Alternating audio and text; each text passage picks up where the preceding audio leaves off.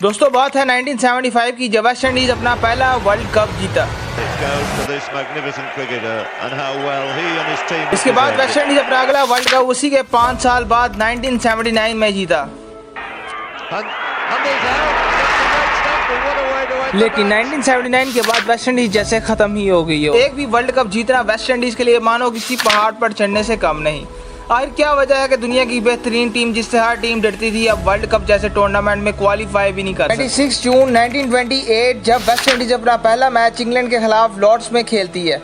इस वक्त West Indies में कोई भी क्रिकेट को नहीं देखता था, लेकिन जब 1928 में वेस्ट इंडीज की टीम ने पहली बार ऑस्ट्रेलिया को उनके होम ग्राउंड में हराया, वेस्ट इंडीज यानी कैरिबियन में क्रिकेट अपना अरूज इख्तियार कर लेती है। लोग पागलों की तरह अपनी टीम को सपोर्ट करने के लिए स्टेडियम्स में आते हैं।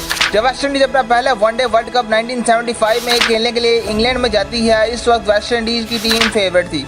मानो कि बाकी टीमें सिर्फ टाइम पास करने आई हों, ऑस्ट्रेलिया हो या इंग्लैंड, पाकिस्तान हो या इंडिया की टीम, हर टीम को वन साइड मैच रहे और आराम से पहला वर्ल्ड कप अपने नाम किया। इस वक्त वेस्ट इंडीज के कप्तान क्लेव लॉर्ड थे।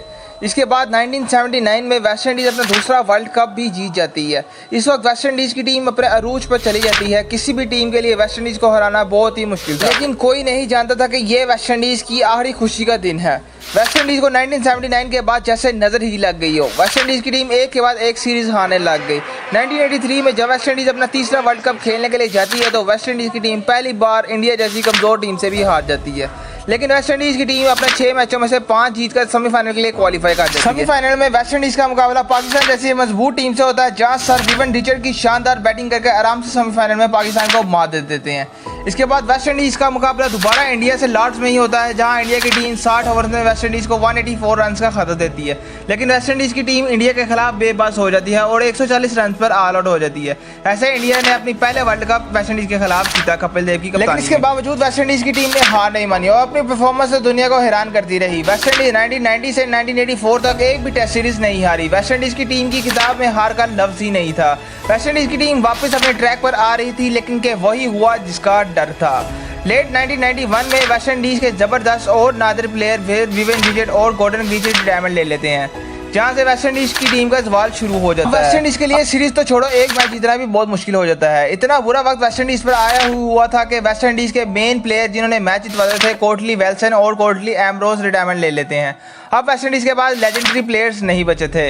इतना बुरा टाइम चल रहा था कि वेस्ट इंडीज के पास एक उम्मीद की किरण ब्रेड लारा की सूरत में आई, जिन्होंने वेस्ट इंडीज को 2004 में चैंपियन ट्रॉफी का पहला टूर्नामेंट जितवाया। इसके बाद वेस्ट इंडीज की टीम फिर से अपने ट्रैक पर आ रही थी कि फिर वेस्ट इंडीज बोर्ड ने अपना रोल अदा किया और कॉन्ट्रैक्ट के मुताबिक सैलरी प्लेयर्स की रोक दी, जिस पर वेस्ट इंडीज के बड़े प्लेयरों ने वेस्ट इंडीज के साथ काम ना करने पर इत्तेफाक किया।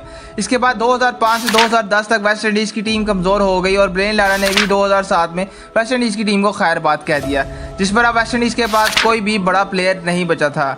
लेकिन इस वक्त वेस्ट इंडीज के पास क्रिस गेल और डैरेन समी जैसे बड़े नाम आगे हुए। 2011 में वेस्ट इंडीज बोर्ड ने फिर से खिलाड़ियों को एक न्यू कॉन्ट्रैक्ट बेस हायर किया, जिस पर वेस्ट इंडीज की टीम फिर से मजबूत हो गई। वेस्ट इंडीज अपना पहला T20 वर्ल्ड कप 2012 में श्रीलंका के खिलाफ जीतती है और उसी के 4 साल बाद दूसरा वर्ल्ड कप 2016 में डैरेन समी की कप्तानी में इंडिया में जीता। फिर से वेस्ट इंडीज बोर्ड ने खिलाड़ियों की सैलरी बेस्ड कॉन्ट्रैक्ट रोक दिया गया। इस पर खिलाड़ी बहुत ज्यादा नाराज हुए और खिलाड़ियों ने इत्तेफाक किया कि अब हमें वेस्ट इंडीज बोर्ड के साथ नहीं खेलना और उन्होंने लीगों को प्रीफर करना शुरू कर दिया, जिस पर वेस्ट इंडीज की टीम कमजोर से कमजोर होती गई। डैरेन समी और एंड्रे रसल जैसे बड़े प्लेयर भी आपको लीगों में खेलते हुए अब नजर आते हैं। अब आप वेस्ट इंडीज में अपने खिलाड़ियों की बजाय दूसरे नए प्लेयर्स को खेलते हुए देखेंगे और उनके बड़े प्लेयरों को लीगों में खेलता हुआ देखते हैं, जैसे कि IPL और PSL। इसी वजह से वेस्ट इंडीज की टीम 2023 में वर्ल्ड कप में क्वालिफाई भी नहीं कर सकी और 2025 की चैंपियन ट्रॉफी में भी क्वालिफाई भी नहीं कर सकी।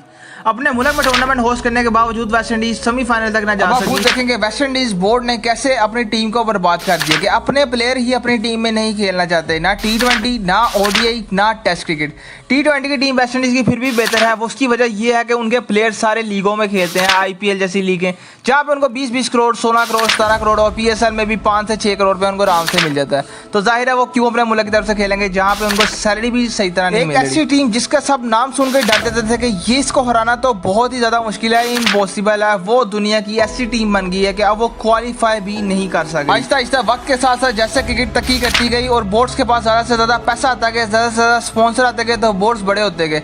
सबसे बड़ा बोर्ड इंडिया हो गया, ऑस्ट्रेलिया हो गया, फिर इंग्लैंड हो गया, फिर पाकिस्तान हो गया। ऐसे ही सब ने अपनी लीग्स बनाई और बोर्ड बड़े होते गए। लेकिन वेस्ट इंडीज़ के पास कैरिबियन लीग है, लेकिन इसके बावजूद वेस्ट इंडीज का बोर्ड अब भी सबसे ज्यादा गरीब और सबसे ज्यादा कमजोर है। दोस्तों आपको क्या लगता है कि आने वाले वक्त में वेस्ट इंडीज की टीम कुछ बेहतरी की तरफ जाएगी या फिर नहीं? मुझे कमेंट्स में जाकर मुझे जरूर बताएं, और अगली वीडियो किस टॉपिक पे बनानी है आप मुझे ये भी जाके नीचे जाके बता सकते हैं। तो मिलता हूँ मैं आपसे अगली वीडियो में, तब तक के लिए अपना ख्याल रखें, बाय बाय।